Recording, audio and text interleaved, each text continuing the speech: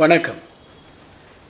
ஆண் உறுப்பினுடைய முன்தோலில் புண்கள் ஏற்படுறதுக்கு என்னென்ன காரணங்கள், அதை எப்படி சரி செய்கிறது? இந்தியா போன்ற நாடுகளில் சுனாமி போல் இப்போ சர்க்கரை நோய் வந்துக்கிட்டே இருக்குது. முன்ன மாதிரி 45 வயதுக்கு மேலே அவங்க குண்டாக இருக்கிறவங்க வயசானவங்களுக்கு தான் இல்லை. இப்போல்லாம் 25, 20 அந்த வயசுலேயே இப்போது சர்க்கரை நோயை டயக்னோஸ் பண்ணுறோம்.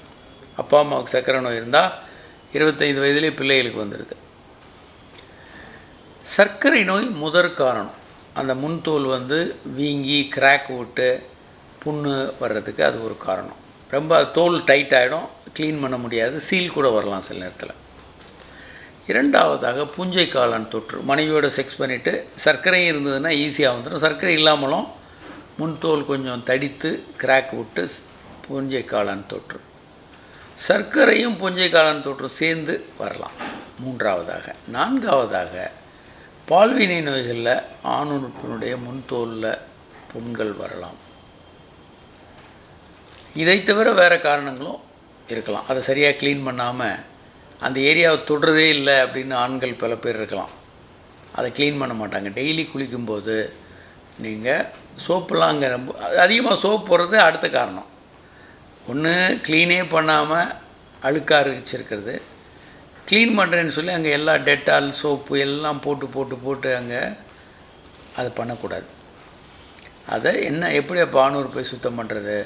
குளிக்கும்போது குளிக்கக்கூடிய அந்த நல்ல தண்ணியில் ஆணுறுப்பினுடைய முன்தோலை கழுவணும். அவ்வளோதான். சோப்பு அங்கே போடக்கூடாது.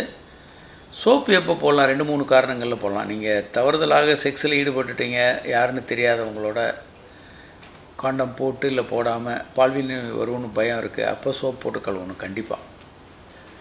ஏன்னா சோப்பு அந்த கிருமிகளை பாக்டீரியா வைரஸை அழிச்சிரும்.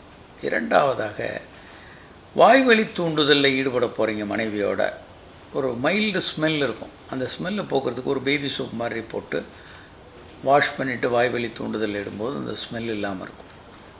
இந்த மாதிரி ரொம்ப ரேரான காரணங்களை தவிர இயல்பாக வாஷ் ஏதாவது வச்சு வாஷ் பண்ணுறது, சோப் போட்டு வாஷ் பண்ணுறதெல்லாம் தேவையற்றது, தவறானது, ஆபத்தானதும் கூட. அதனால் வாஷ் பண்ணக்கூடாது. இயல்பாக நல்ல குளிக்கிற தண்ணியில் வாஷ் பண்ணாலே போதும், வேறு எதுவுமே தேவையில்லை. அங்கே ஸ்மெக்மா என்ற ஒரு திரவம் சுரந்துக்கிட்டு இருக்கும், அது இயல்பானது. அதனால் இந்த காரணங்கள் அப்படின்னு பார்த்தோன்னா இந்த காரணங்கள் தான். கண்டிப்பாக சர்க்கரை இருக்கான்னு பார்த்தணும். அந்த மாதிரி வர்ற எல்லோருக்குமே முதல் சர்க்கரை எதுவும் இருக்கான்னு பார்க்கணும். மற்ற காரணங்களும் இருக்கலாம். வணக்கம்.